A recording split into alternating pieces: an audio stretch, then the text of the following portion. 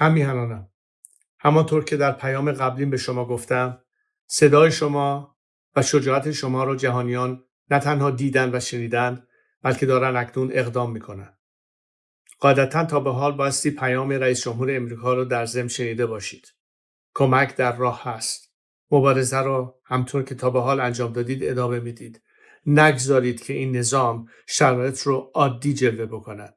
بعد از این همه کشتار اخیر، یک دریا خون بین ما و این رژیم هست. یادداشت کنید اسامی این جنایتکاران رو. یه روزی به سزای اعمالشون خواهند رسید. و اما پیام ویژه‌ای دارم به پرسنل ارتش. شما ارتش ملی ایران هستید، نه ارتش جمهوری اسلامی. وظیفه دارید از جان همیهنانتون حفاظت بکنید. فرصت زیادی براتون نمونده. به مردم هرچه زودتر بپیوندید.